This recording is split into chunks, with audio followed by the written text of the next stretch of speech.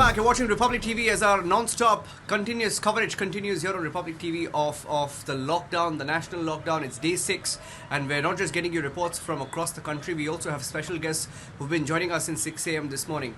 Now, it's 6 p.m., 6:15 and I have someone special joining us on the broadcast. We have Bhaichung Bhutia, who's been speaking to Republic TV in the last few days. Bhaichung, good evening. Let me start with the news point this evening of the Tokyo Olympics being postponed. The 2021 dates are out. As an athlete, what's your first response, Bhaichung?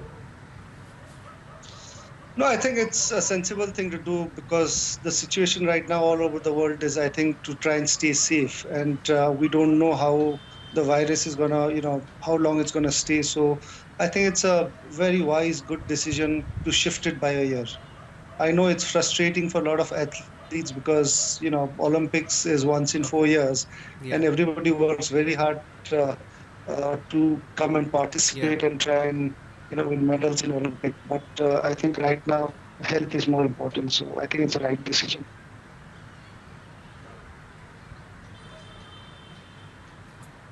So Bhaichung, how are you spending your time these days? And this is something that we're asking all our viewers who come here on Republic TV.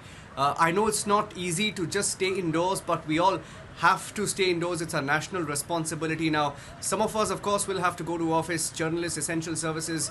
Those who are at the forefront of this will have to be on the field. But how are you spending your time? And what's your observation of the manner in which the lockdown has been observed so far? No, I've been following the news very closely. At the same time, been getting little good time to work out because I've been traveling quite a bit myself. So I've been out of, workout. So that way, and also getting used to my cooking habit, which I've not been doing for a very, very long time. But yes, I've been following the news, been watching it closely, and also because there are a lot of issues, especially, people from Sikkim right now. There are a few people stuck outside Sikkim in various places, so we're trying to support and help them in any way we can through the network and people I personally know across different states. So we've been trying to help people from Sikkim in that way as well. Okay, and what's the report that you have from the Northeast? I know that you work very closely in Sikkim and in Darjeeling. What are the reports that you have of the migrants or the laborers or people who may be stuck somewhere willing to go back home? Or rather stuck and trying to go back home?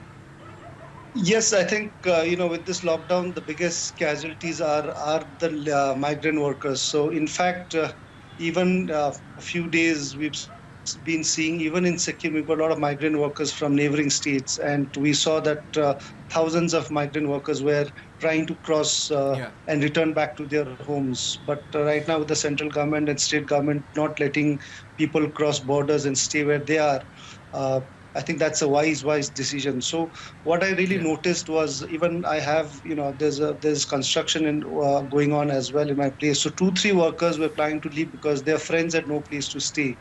And that's how I came to know that, in Sikkim also a lot of migrant workers from different states, they were asked to stay back, but they did not have place to stay.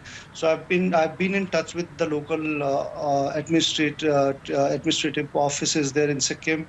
So I've offered my new not finished building for any migrant workers who don't have a place to stay can utilize that building and stay.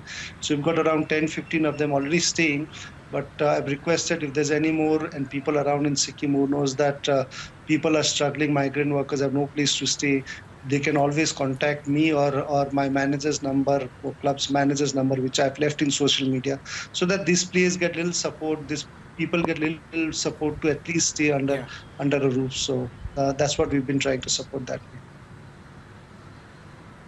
way. Bhaichung, one last question. We were trying to show our viewers some of the numbers to try and compare, the climb, the 10-day climb in countries like Italy, Iran, in America, in the UK.